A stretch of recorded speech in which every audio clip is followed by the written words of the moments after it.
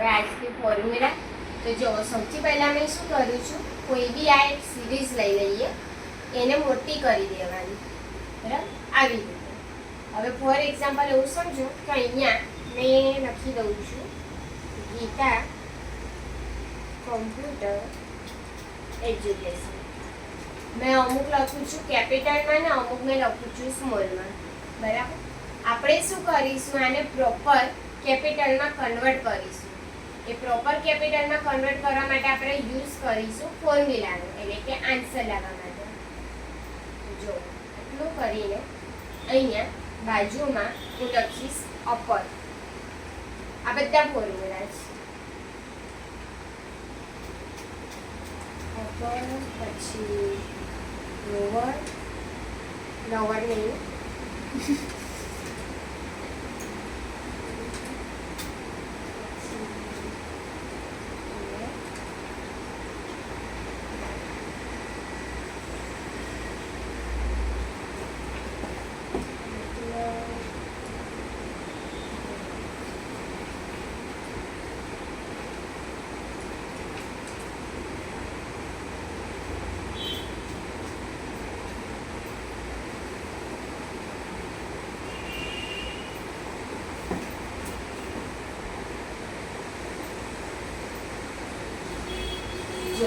હવે શું કરવાનું, અપરની એક્ઝેક્ટ બાજુમાં આવી જવાનું.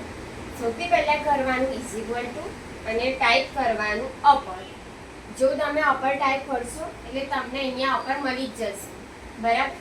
ડાયરેક્ટ આપણે લખીએ તો ઓબ્વિયસલી ફોર્મ્યુલા નહીં આવે, એટલે સૌથી પહેલા રૂલ મુજબ ઇઝ ઇક્વલ ટુ કરવું જ પડે, તો તમને અંદર જેટલા બી ફોર્મ્યુલા છે એ બતાવશે. તો જ્યારે તમે આવી રીતે અપર લખો ને તો કીબોર્ડમાં ટેપ દબાવી દેજો, એટલે શું થશે, આખો વર્ડ અંદર આવી જશે, તમારે આખું લખવું નહીં પડે. હવે લખ્યા પછી તમે જોઈ શકો છો, જો કૌંસ બી જાતે આવી ગયું, બરાબર. હવે તમે અહીંયા નીચે જોઈ શકો છો કે અપર લખેલું છે ને અહીંયા બતાવે છે ટેક્સ, મીન્સ કે હિન્ટ આપે છે કે તમારે તમારો મેઇન ટેક્સ સિલેક્ટ કરવાનો છે, જેને તમારે કેપિટલમાં કન્વર્ટ કરવું છે. તો કયો ટેક્સ, તો આ ગીતા કોમ્પ્યુટર. ખાલી એના પર સિલેક્ટ કરી દેવાનું, બરાબર. સિલેક્ટ કર્યા પછી કૌંસ પૂરો કરવાનો અને આપી દેવાનું એન્ટર, અને તમને ટોટલી કેપિટલમાં મળી જશે, બરાબર. આ ગીતા કોમ્પ્યુટર એજ્યુકેશન લખ્યું છે એની જગ્યાએ તમે કંઈ બી લખી શકો છો, તમે તમારું નામ લખી દેજો.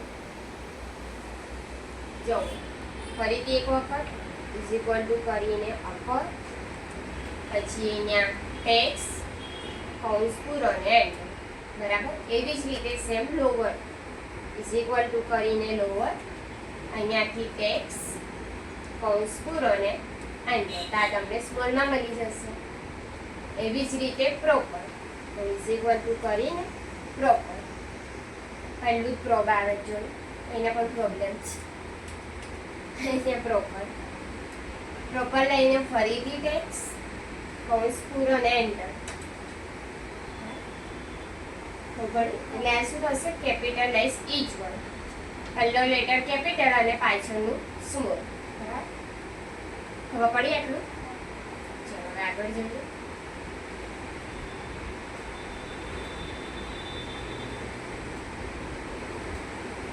હવે અહીંયા છે લિંક કરીને, તો લિંકમાં તમને ટોટલ લેટર મળશે કે કેટલા લેટર છે, બરાબર. ઇઝ ઇક્વલ ટુ કરીને લિંક લઈ લેવાનું, ટેબ, અહીંયાથી ટેક્સ સિલેક્ટ, બરાબર. ટેક્સ સિલેક્ટ કરીને ખાલી કૌંસ પૂરો અને એન્ટર. તો અહીંયા આવી ગયું 24. જીથી લઈને એન્ડ સુધીના જેટલા બી લેટર છે એમાં કાઉન્ટિંગ આપેલું છે આપણને 24, બરાબર. કે અહીંયા જીથી લઈને તમે એન્ડ સુધીનું કાઉન્ટિંગ કરો અને વચ્ચે એની સ્પેસ સાથે તો 24 થાય.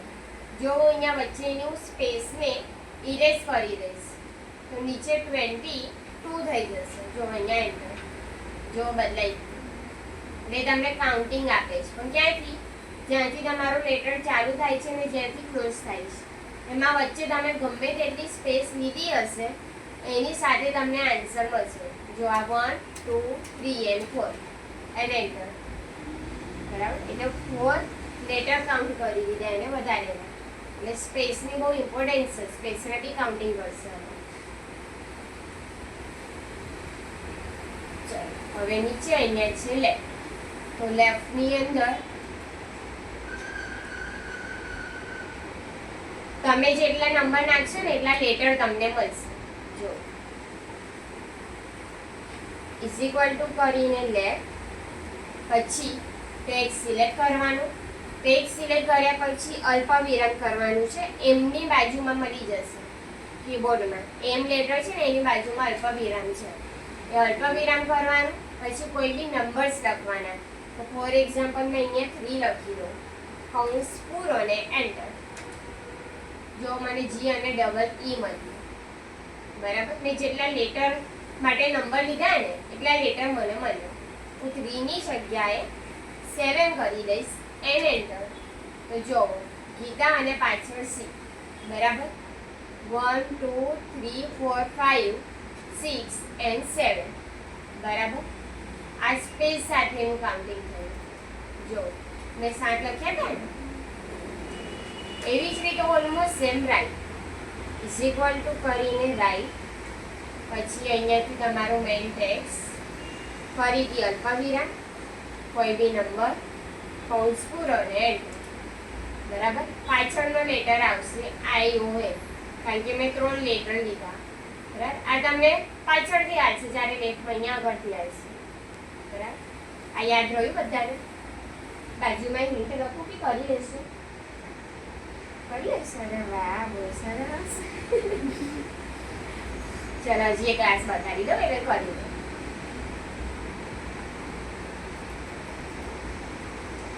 ખબર પડે એનાથી કે આ તમારો મેમરી પાવર સારો છે.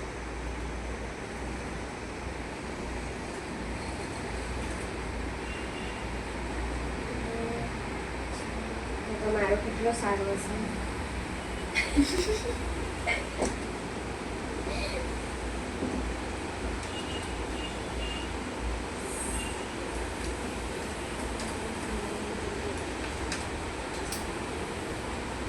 નંદની આને બેઝિક શીખવાડતી હતી ત્યારે બી શીખવાડતી હતી, યાદ છે તને?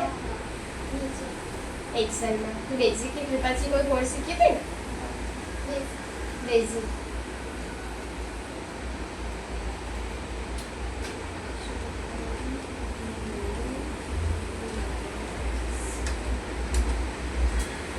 ચલો હવે બોલો. મારું ના નવમો મહિનો, ત્રીજી તારીખ અને 1996. જો શું કરવાનું, સૌથી પહેલા ડેઝમાં આવવાનું. ડેઝની અંદર થોડું ઝૂમ કરી દો એટલે દેખાય.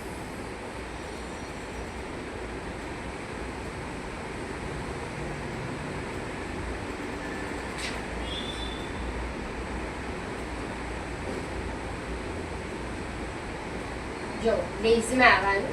ડેઝમાં ઇઝ ઇક્વલ ટુ કરીને આ જે ટુડેની વેલ્યુ છે એ સિલેક્ટ કરવાની. સિલેક્ટ કરીને અહીંયા માઇનસ અને નીચેનું સિલેક્ટ કરવાનું બટન. બસ એટલું ધ્યાન રાખજો કે સૌથી પહેલા મંથ લખજો, પછી ડેટ અને યર તો ઓલવેઝ ક્લાસમાં જ લઈએ છીએ, બરાબર. તો પહેલા મંથ અને પછી ડેટ, આટલું ખાલી યાદ રાખજો. તો અહીંયા ટુડે અને બર્થડે સિલેક્ટ કરીને એન્ટર કરવાનું. આપણે મેઇન જોઈશું યર. યરનો આન્સર આપણે જે લાવીશું એ તમારી એજ બતાવશે, બરાબર. તો અહીંયા મંથ ઇઝ ઇક્વલ ટુ કરીને ડેઝનો જે આન્સર આવ્યો એ સિલેક્ટ કરવાનું, સ્લેશ કરવાનું. સ્લેશ કરીને અહીંયા 30 લઈ લેવાના અને આપી દેવાનું એન્ટર. હવે લાસ્ટ નંબરનું યર ઇઝ ઇક્વલ ટુ કરીને અહીંયાથી મંથ, સ્લેશ અને ટોટલ મહિના પ્રમાણે લેવાના છે 12 અને એન્ટર. પોઈન્ટ પહેલા જે તમને આન્સર દેખાય છે એ આપણી એજ છે, બરાબર. તમારી 29.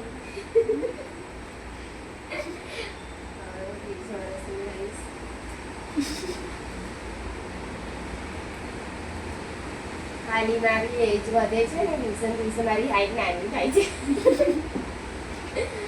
ચલો વન્સ મોર, બરાબર. કોઈ બીજું બોલે? ચલો તું બોલ દે સૃષ્ટિ. પહેલા મંથ,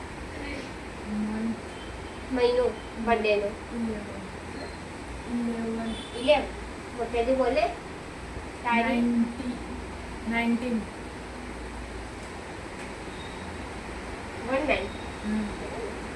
યર 2007. ખાઈને નથી આવ્યા ભાઈ. ઓહો હવે 18મું બેસશે. ચાલ સાક્ષી બોલ. પહેલા મહિનો 8. 8મું. કાલ આપણે તો બર્થડે ગઈએ ને. સ્લેશ 4. 4 4 ને વરસ 2007. 2007. તો આની સેમ જ આવશે. આનો તો થઈ ગયું ને વડાનું. બરાબર. બોલ નંદન બકા તારી. પહેલા મહિનો 12મો મહિનો અને 31 તારીખ અને વરસ 2003. 21. જો આન્સર લાવવાનો એક વખત જોઈ લો. અહીંયા ઇઝ ઇક્વલ ટુ પછી ટુડે માઇનસ બર્થડે એને પછી ઇઝ ઇક્વલ ટુ બેઝનો આન્સર પછી સ્લેશ 30 એને અને યર ઇઝ ઇક્વલ ટુ કરીને મંથ સ્લેશ n/n બરાબર. આની હિન્ટ હું બાજુમાં લખી દઉં છું બરાબર. અને આના માટે સાક્ષી ચાલુ જ રાખજો એટલે હિન્ટ પણ અંદર દેખાય.